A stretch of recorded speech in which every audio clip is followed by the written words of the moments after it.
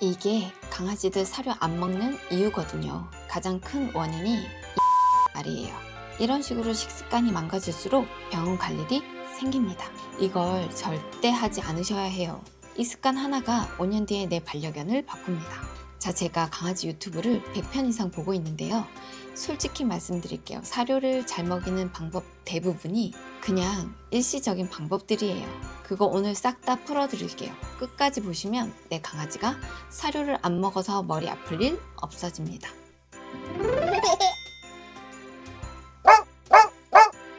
안녕하세요 여러분, 댕댕이 스터디 채널 댕스터입니다. 사실 저희 몽이도 얼마 전까지 사료를 먹지 않아 걱정이 많았는데요. 어느 순간부턴가 사료를 안 먹고 위에 올라간 화식 토핑만 쏙 핥아 먹더니 한 달 전쯤부터는 그 화식 토핑마저 아예 안 먹는 거예요. 그날부터 저는 더 맛있는 사료, 더 맛있는 화식 캔을 찾아 헤매기 시작했고, 집에는 거부당한 사료와 캔만 쌓여갔습니다. 그러던 어느 날 평소 즐겨보던 푸우형 채널을 보다가 놀라운 사실을 알게 됐어요.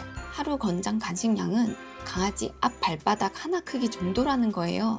헉, 순간 머리가 하얘졌습니다. 오늘 몽이에게 준 간식량을 떠올려 봤더니 발바닥 4개는 좋게 넘겠더라고요. 그러니 사료를 안 먹어도 배가 고프지 않았겠죠. 하지만 맛있는 간식으로만 한 달을 지내서 그런지 눈물은 심해지고 몸무게는 3.6kg에서 3.4kg로 줄어 있었어요. 이런 식으로 계속 간식으로 식사를 대체하게 되면 심각한 영양 불균형이 오고 피부와 털은 물론 장기적으로 수명까지 단축될 수 있다는 말에 몽이한테 너무 미안하고 겁이 났습니다. 그래서 이번에는 몽이의 식습관을 제대로 바로잡아 보기로 결심했습니다. 처음에는 인터넷에 올라오는 온갖 꿀팁을 따라해봤어요.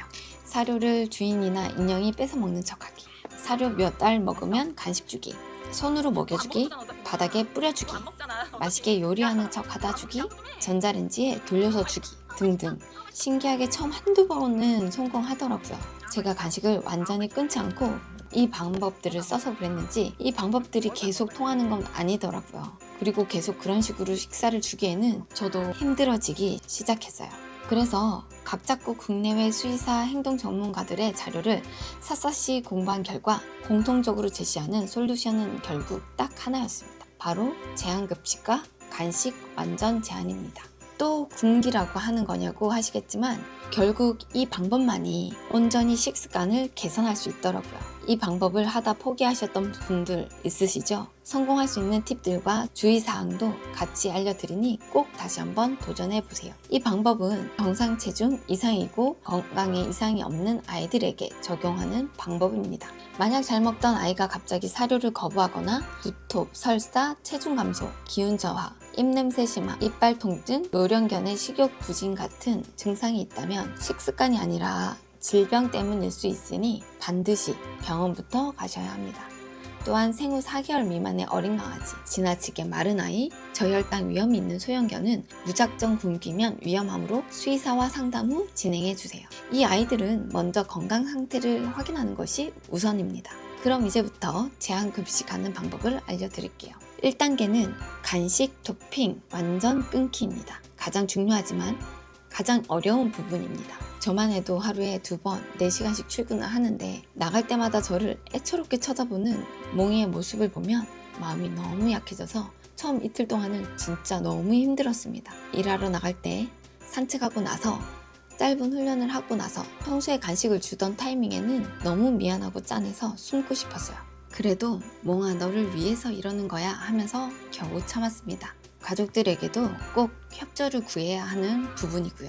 절대 몰래 주는 사람이 없어야 합니다. 제한급식을 시작하는 동안에는 간식도 사료 위에 어떤 토핑도 모두 잠시 멈춰야 합니다. 오직 사료만이 식사가 되어야 합니다. 과일도 절대 안 됩니다. 2단계 자율급식을 금지하고 제한급식을 시작합니다. 사료를 안 먹는 강아지라면 자율급식은 중단하셔야 합니다. 하루 종일 사료를 놓아두면 사료 냄새에 익숙해져서 식사에 대한 기대감이 떨어질 수 있고, 공기와 습기에 노출된 사료는 향과 기호성이 감소해 사료를 더 맛없게 느끼게 합니다. 그리고 자율급식의 가장 큰 문제는 아이들의 건강 체크입니다. 자율급식을 하면 오늘 사료를 얼마나 먹었는지, 아예 먹지 않았는지, 언제부터 안 먹었는지 바로 알기가 어렵습니다. 식욕 감소는 질병의 가장 빠른 신호 중 하나이기 때문에 이상을 늦게 발견할 수 있습니다.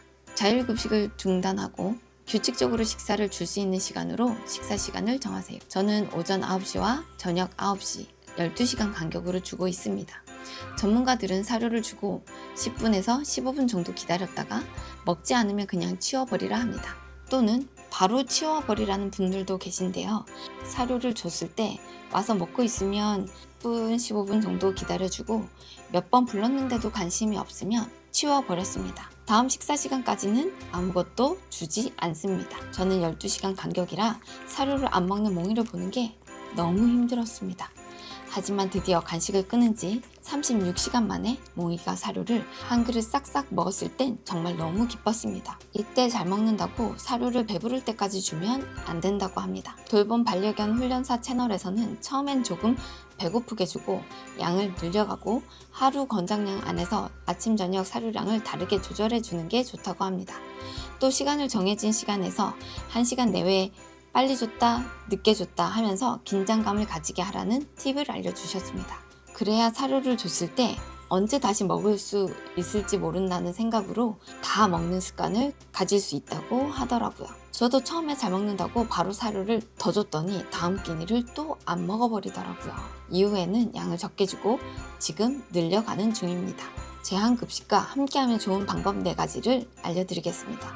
식사 전 산책이나 10분, 15분 놀이로 적당히 에너지를 쓰게 합니다. 적당히 에너지를 쓰게 한 뒤 바로 식사를 주면 식욕이 증가하는 경우가 많습니다. 매일 같은 시간에 같은 순서로 식사 루틴을 만들어줍니다. 수의사들이 가장 강조하는 방법으로 예를 들어 아침에 산책, 물, 10분 휴식, 사료, 저녁에는 놀이, 휴식, 사료 이런 순서를 매일 동일하게 유지하면 강아지가 이제 밥 먹는 시간이구나 라고 학습하게 됩니다. 이게 생각보다 쉽지 않더라고요.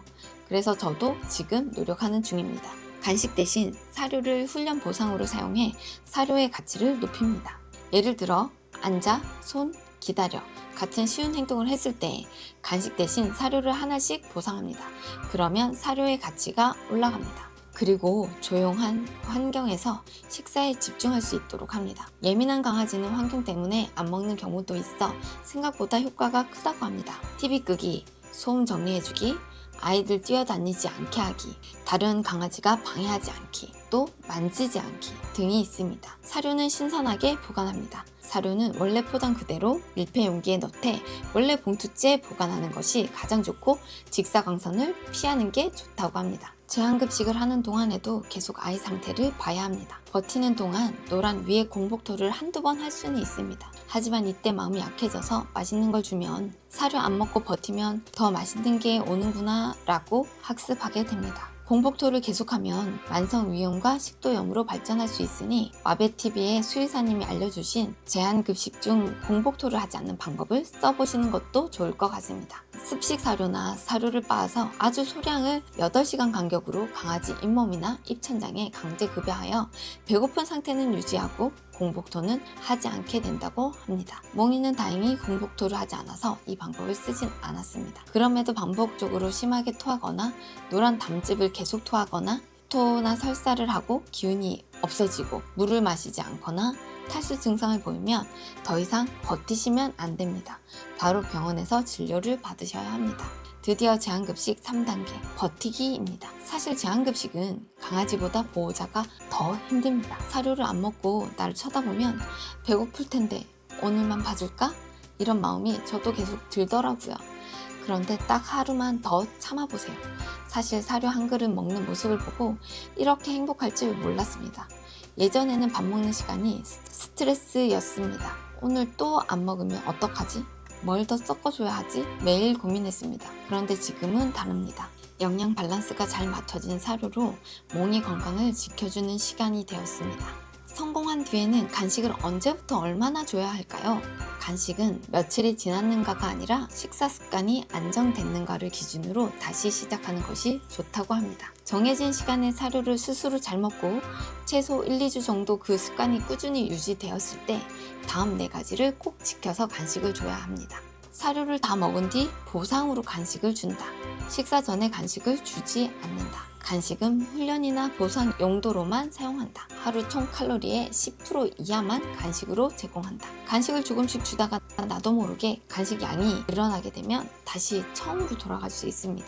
그래서 저는 오전에 사료 양을 체크할 때 간식 양을 체크해서 따로 보관해 두었다가 낮 시간에 훈련이나 놀이를 하면서 딱 그 양을 넘지 않게 활용할 예정입니다. 간식은 아주 작은 크기로 주시면 훨씬 더 만족도가 높아집니다. 160만 구독자의 미국 훈련사는 연필 뒤에 있는 지우개 반만한 크기가 충분하다고 얘기합니다. 간식을 많이 준 날에는 그만큼 사료량을 조금 조절하는 것도 필요하다고 합니다. 제한급식과 간식 완전 제한, 어렵다고 귀찮다고 또 짠하다고 미루지 마시고 지금 당장 시작해보세요. 몇 년 뒤에도 두고두고 오늘을 칭찬하실 거예요. 성공하신 분들 댓글 많이 달아주세요. 저도 꼭 성공할게요. 오늘도 댕스터.